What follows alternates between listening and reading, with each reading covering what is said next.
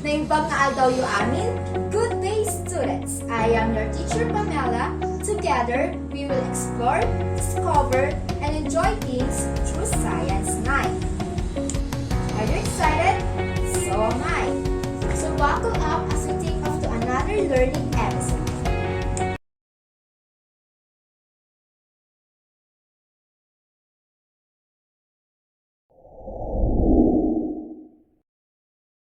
There are two things that come to mind when you say collision: crashes and billiards. These are the negative and positive instances of intersecting objects. What affects the strength of a collision? Why did it cause so much damage? Hopefully, by learning the concepts of momentum, impulse, and the conservation laws, you get to understand the properties of collision and use it to our advantage. Before we start our discussion, let's have an activity. Direction. Answer the following question. Number 1. Stand at rest on a skateboard and throw a basketball forward and backward. What did you notice? Correct. Number 2. Repeat this throwing action within the same ball, but this time, do not let go the ball. What happened? Our previous activity is related to our lesson for today. So what do you think our lesson? Perfect! Momentum. Momentum is another way of looking at how objects affect each other's motion, rather than looking at how forces change over the time of the interaction. We can look at how objects are moving before they interact, and then after they interact. If a bowling ball and a ping pong ball are each moving with a velocity of 5 miles per hour, you intuitively understand that it will require more effort to stop the bowling ball than the ping pong ball because of the greater mass of the bowling ball. Similarly, if you have two bowling balls, one moving at 5 miles per hour and the other moving at 10 miles per hour, you know it will take more effort to stop the ball with a greater speed. It is clear that both the mass and the velocity of a moving object contribute to what is necessary to change the motion of the moving object. The product of the mass and velocity of an object is called momentum. Momentum is a vector quantity that has the same direction as the velocity of the object and is represented by a lowercase letter p. Hence, the equation for momentum is P equals to mv, where P is momentum, m is mass, and v is velocity. The momentum of a 0.500 kg ball moving with a velocity of 15.0 meter per second will be, we are going to use the equation P equals to mv, or momentum equals mass times velocity. So our mass will be 0.500 kg times our velocity 15.0 meter per second. You should note that the unit for momentum is kilogram meter per second. The impulse is the quantity defined as the force multiplied by the time it is applied. It is a vector quantity that has the same direction as the force.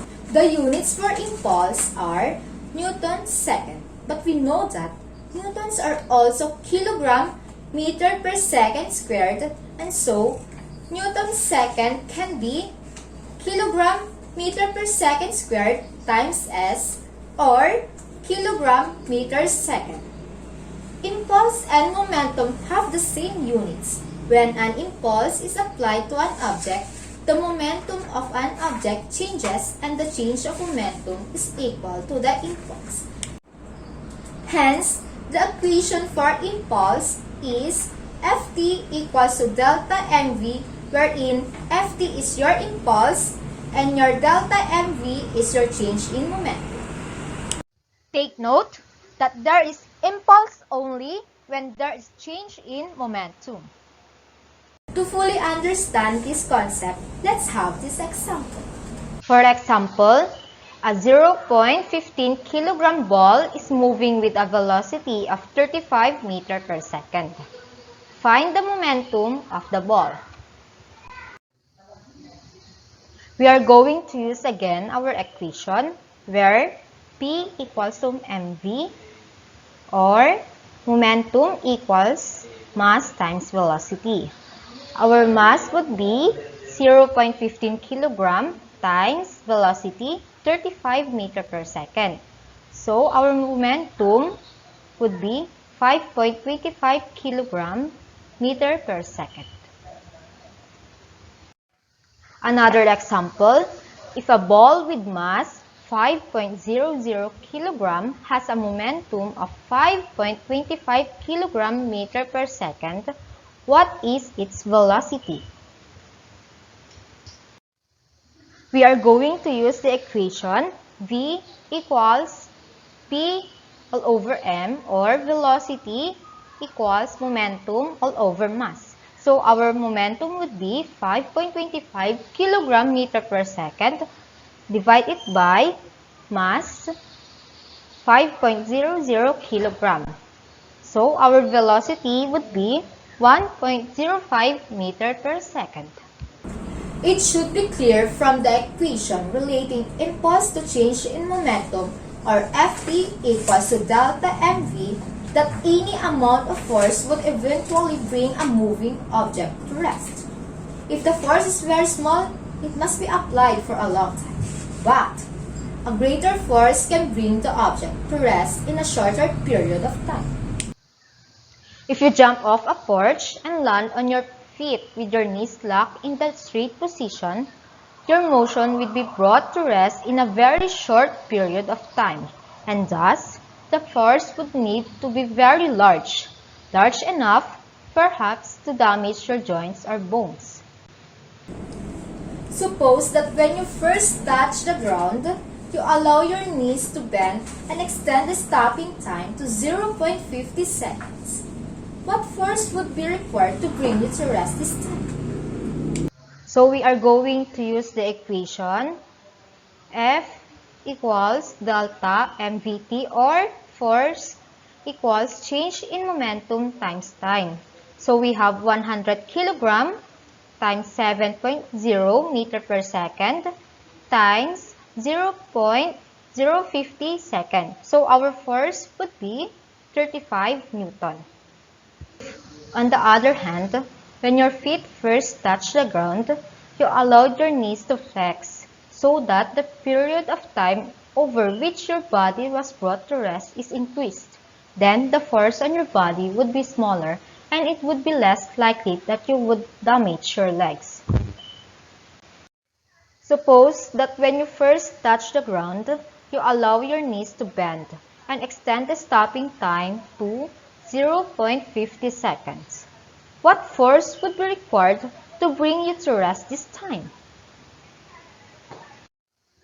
We will be using this equation again, F equals delta mvt, or force equals change in momentum times time, where 100 kilogram times 7.0 meter per second times 0.50 second. So our force would be 350 Newton.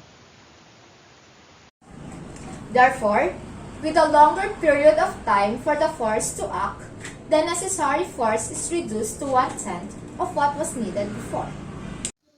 Extending the period of time over which a force acts in order to lessen the force is a common practice in design.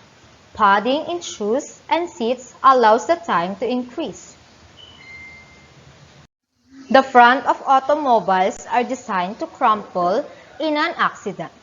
This increases the time the car takes to stop. Similarly, barrels of water or sand in front of abutments on the highway and airbags serve to slow down the stoppage time. These changes all serve to decrease the amount of force it takes to stop the momentum in a car crash, which consequently save lives. Let's have another example regarding this concept. A 0.15 kilogram baseball is thrown horizontally at 40 meters per second, and after it is struck by a bat, it is traveling at negative 40 meters per second. A. What impulse did the bat deliver to the ball? B. If the contact time of the bat and bat was 0.00080 seconds, what was the average force the bat exerted on the ball? C. Calculate the average acceleration of the ball during the time it was in contact with the bat. We can calculate the change in momentum and give the answer as impulse because we know that the impulse is equal to the change in momentum. We are going to use the equation P equals m delta v, or momentum equals mass change in velocity. We have 0.15 kilogram times negative 40 meter per second, negative 40 meter per second. So, we'll come up with the solution 0.15 kilogram times negative 80 meter per second. So, our momentum will be negative 12 kilogram meter per second. The minus sign indicates that the impulse was in the opposite direction of the original throw. So we are going to use this equation F equals delta mv all over t, or force change in momentum all over time.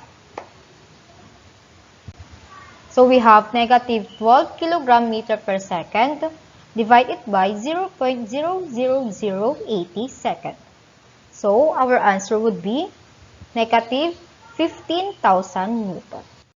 Again, the negative sign indicates the force was in the opposite direction of the original throw.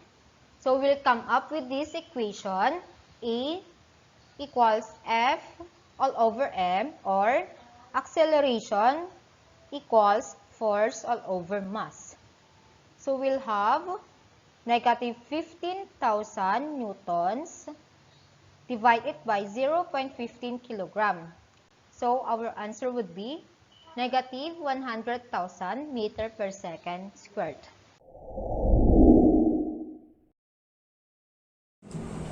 To intensify your understanding of the topic, do the following activities. Activity 1, investigating momentum.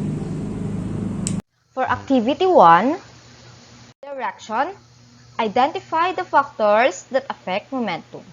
The materials needed: board or plank at least 1 meter long or books, block of wood, masking tape protractor, ruler or meter stick, and lastly, toy cars or trucks, one at least twice as heavy as the other. Procedure: first, place several books on top of a table and position the plain board at an angle of about 15 degrees from the horizontal. Second, using masking tape and marker, label distances of every 20 cm starting from the lower portion of the inclined plane up to the other edge of the inclined plane. Third, place the block of wood about 10 cm from the foot of the inclined plane. Then, label this as the block's initial position.